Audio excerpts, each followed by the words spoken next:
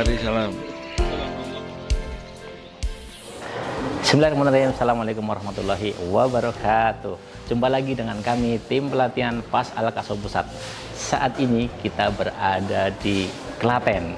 Ada acara apa di Klaten? Di Klaten kita sedang menyelenggarakan PAS Basic Premium Special Edition selama 3 hari. Di situ kita akan bahas lebih detail mengenai sejarah. Di situ juga kita selipkan bagaimana visi misi PAS Al-Kaso ke depan, kemudian ada teknik diagnosa sekaligus praktek.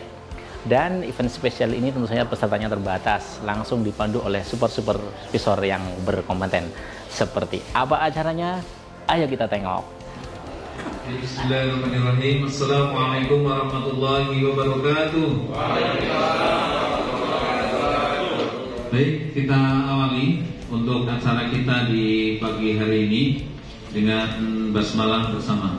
Bismillahirrahmanirrahim.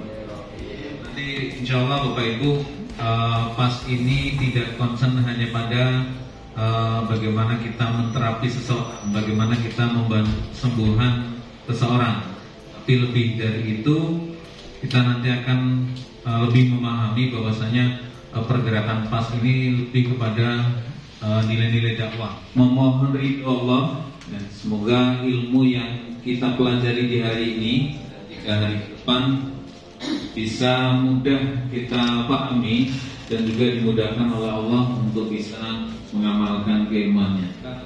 Dalam rangka menjaga keilmuan PAS ini, misalkan nanti dari saudara ataupun kerabat atau kolega yang ingin belajar PAS, silakan diarahkan untuk ikut pelatihan yang diselenggarakan oleh pusat.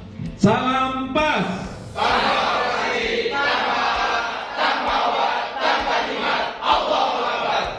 Nah, di 4 ini, teman-teman, ini menjadi bagian yang menjadi motivasi di PAZ. Tanpa operasi, ini bukan berarti kita ngajak perang sama medis ya. Ini bukan di posisi di masalah tanpa operasi ini. Semangat kita adalah bagaimana pengobatan PAS ini kita menjadi bagian solusi. Kalau misalnya tidak perlu dioperasi, kenapa harus dioperasi? Gitu ya.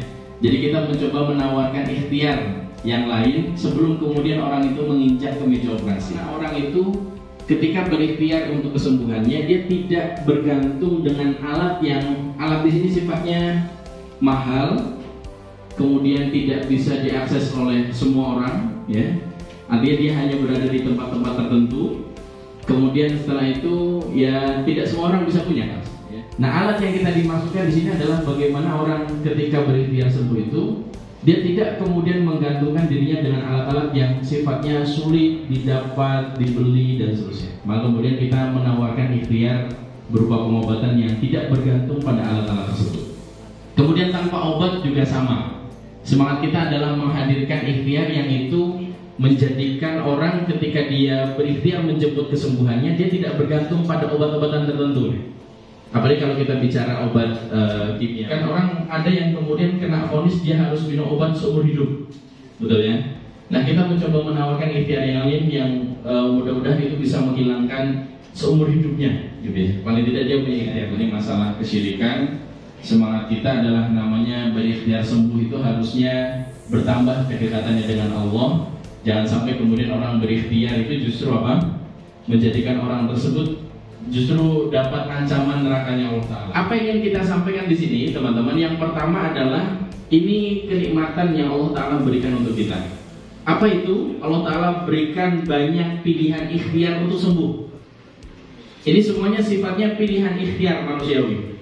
Dan semua yang kita sebutkan di sini, termasuk PAZ pun, ini hanya bagian ikhtiar manusia. Lebih nyaman mendengarkan kalimat saya belum tahu obatnya daripada kemudian vonis ini tidak ada obatnya. Saya tidak tahu itu separuh ilmu. Kenapa sampai begitu? Karena dia sadar dia belum tahu ilmunya. Itu sudah separuh ilmu sendiri, Pak. Karena dia sadar dia nggak tahu ilmu. Tidak tahu dengan tidak ada obatnya, itu sama-sama tidak awalnya. Tapi yang satu itu akan menumbuhkan motivasi ikhtiar mencari jalan yang lain. Yang lain itu akan menghentikan semuanya.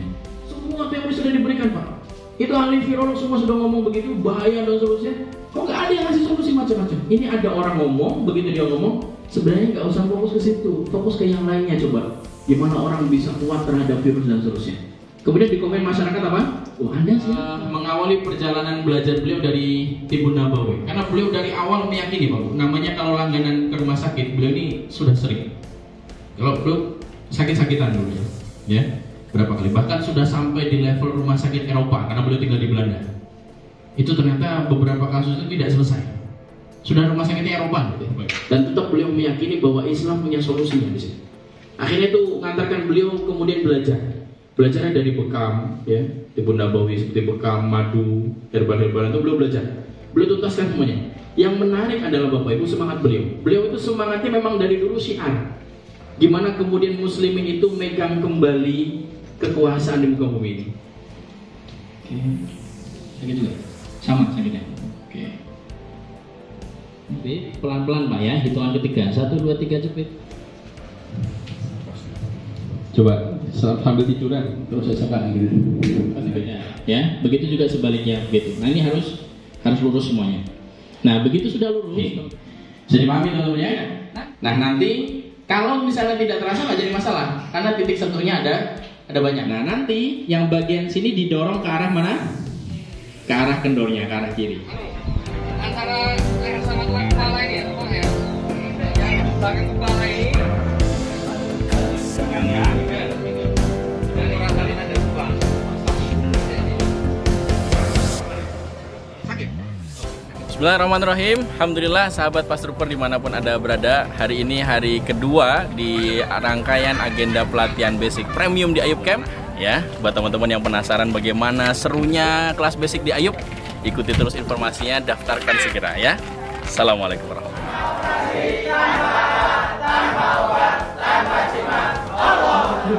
Dia nggak bisa diproduksi. Tipe apa kira-kira? Dia nggak bisa diproduksi. Tipe terapinya hanya saya saja obat tidur. Langsung bisa diproduksi langsung kali Bu. Cukup ya. Nyaman Pak? Coba nanti awas. Baik pasien maupun terapisnya kan. Nah cukup. Digerakkan pongkol paha ini, tiga. Ini, terus coba digerakin. Terus coba ini tetap jepit ya, terjepit. Badan lurus siap. Jadi kalau misalkan dia P1 itu kalau dia udah ini Melembung dia. nanti tugas pasien Paham ada. ya? Kemudian ketika menarik, ibu ini segera ditarik sedikit. Kemudian lepaskan. Lepas.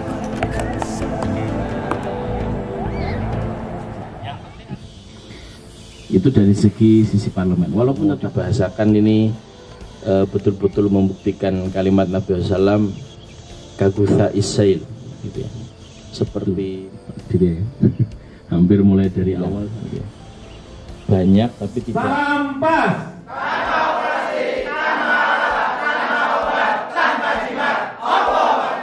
Hukum alamiahnya ketika dalam sebuah bayinya otomatis ketika bayi semakin posturnya semakin bagus, kepalanya terbentuk sempurna, dia itu otomatis dia akan postur ini, nggak bisa bergerak. Nah itu juga akan mempengaruhi pertumbuhan Tangannya. Dapat kedua, ketiga, sampai saya datang ke itu Pak. Saya ingat 25 pasien pertama itu luar biasa.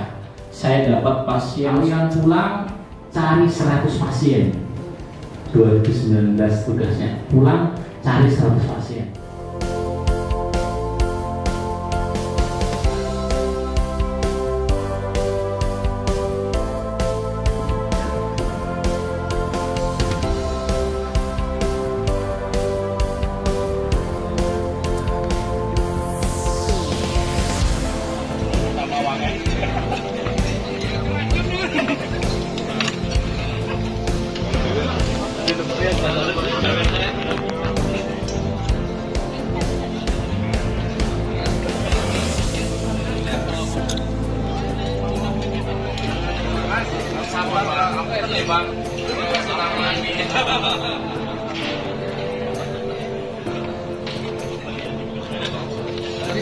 Ya.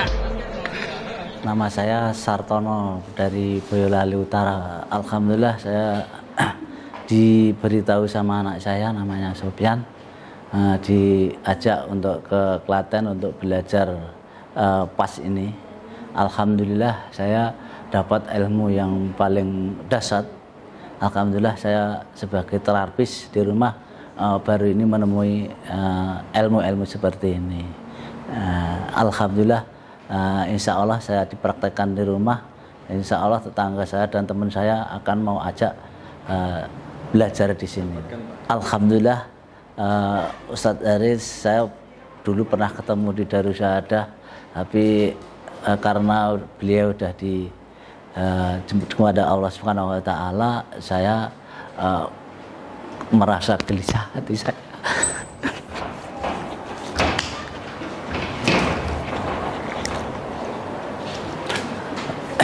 Karena saya anggap Ustadz beliau itu saya anggap orang tua saya sendiri, karena tidak ada.